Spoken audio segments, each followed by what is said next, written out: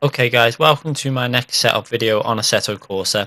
In this video today we're going to be looking at the BMW Z4 GT3 around Spa. Now this setup was done about a week ago.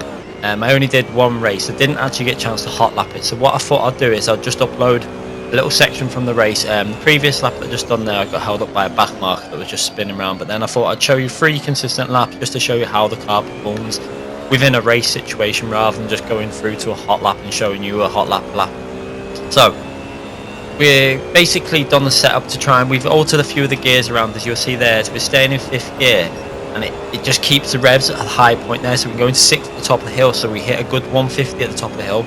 If you have the gears default you won't really get that type of speed through a rouge, and it's really important to get that speed down the start straight. So we've also altered the braking on this setup, as we'll go through after, to just get rid of a bit of that oversteer on heavy braking. As you can see there, it's really settled.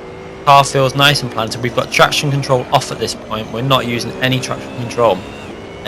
Although I've kind of worked out since that sometimes certain cars feel a little bit faster with traction control on slightly. Some certain cars on certain tracks need it quite strong, but for this car on this track I quite enjoy driving it without any traction control on. It felt nice to drive, smooth to drive, especially with the very quick setup I've put together.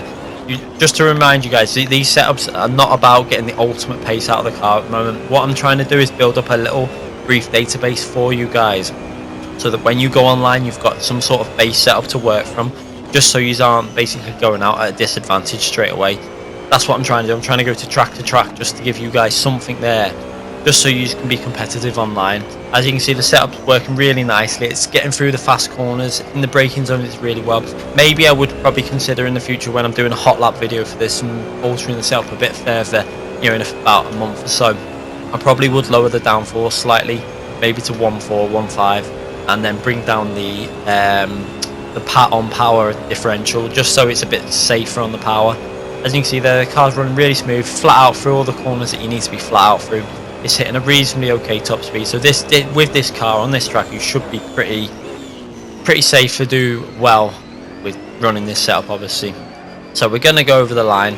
This lap, I think the first lap of the 3 that I'm going to show you is a 2 minutes 19, I think. Yeah, 2 minutes 19.0. This is just all about showing you how consistent the setup is and how easy it is to drive. So we're going to go down and braking. So you want to be taking this bend in 2nd gear in the Z4 GT3. 2nd gear seems better. You can go down into 1st gear in a lot of the cars, but I'm actually now finding that if you just stay in 2nd gear, it's just putting a little less load on the rear tyres and it's just a bit smoother. So we're going to stay in 5th gear for a rouge. That is really important. Stay in 5th gear, go wide, and then cut into the second part of it. Then we're staying in 5th gear flat, and then once you're at the top of the gear, hit 6th gear, and you'll be at the perfect rev range just to keep accelerating through the gear, like through the acceleration zone in 6th gear. So again, we're going to come into the braking point. We're going to look out for the curb on the left. We're going to go down into 3rd gear, staying in 3rd gear. Just feather the throttle through these corners. Don't be aggressive on the throttle, and then wait until the grip hits on this corner. And once hit grips, you can put your foot down. Just be careful not to run wide there. Now we're going to come into the braking zone. We're looking out for the curb on the left, going down into 2nd gear. I like to take it nice and tight entry into that corner, really early entry. If you run wide, you're at danger of getting caught on the camber. Then we're going down into 3rd gear for this corner, then early on the power as early as possible. Use a little bit of that curb on the right. Don't be scared to use a bit, but not too much, or you may lose the back end. So we're into 5th gear, then going down into 4th gear just before that hot on the right. We want to take a nice tight entry again so we can get on the power as early as possible through this corner. A really good exit is key on that corner, just to give you a bit more speed coming out. So we're going to look for that bridge. We're going to brake just past the bridge, going down into 3rd gear, and we're going to stay nice and tight, and then quickly onto the second part. Use a bit of the curb on the left there, then on the power as early as possible. Use again the curb if needed on that corner, then on the curb on the left there, brake down into 3rd gear. Stay in 3rd gear for that corner, don't go into 2nd. It will give you a better exit for this corner now and give you more speed going all the way up this acceleration zone. So you've got to think about, this is a really long acceleration zone now, so the more speed you carry through them corners is really important, as you're going to gain possibly 2 to 3, 4 attempts maybe. So then we're going to come into the braking zone. Quite a tricky braking zone to spot this. I like to look for the overhead board above, and then I'm going to brake just a little bit past that, going down into 3rd gear, then 2nd gear, then you go into 1st gear just on the apex of the corner, then hard on the throttle in 1st gear coming out this corner, and then we're going to go over the line. I think this lap now looks like a 2 minutes 18. Like I say, these are not hot laps, these are just in race laps that we're running. and I think possibly I may have had the medium tyres on this. Even though I should have really run the soft, because with the GT2 cars it's better to run the mediums than the soft, but with this definitely seems to be better with the softs, as I found out more recent. But just bear that in mind when you're doing the setup. With the soft tyres, I'm thinking qualifying you should be able to hit 2 minutes 17 with the setup. So what I'm going to do is I'm going to leave you guys just to watch this next lap, another very consistent lap now, just to show you how smooth the setup is to run. And then once we get to the setup, I'll go through some of the setup changes that I've made. Remember, they're only very brief and very quick setup changes, just to get the car a little bit more drivable for you guys, especially for you if you want traction control off. So I'll be back in a minute when we get onto that point.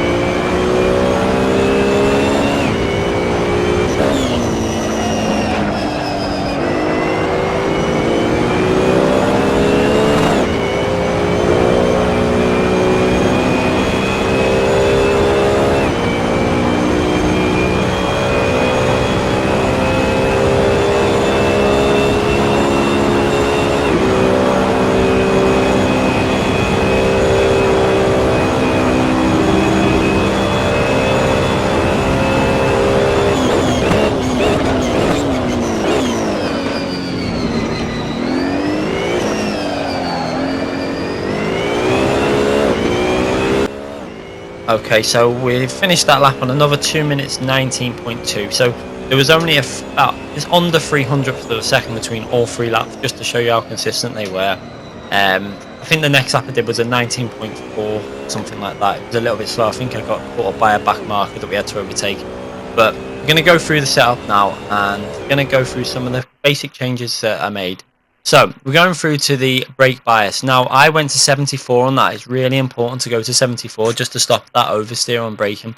The aero was 1.6. Differential 50-50, felt really nice for traction control off.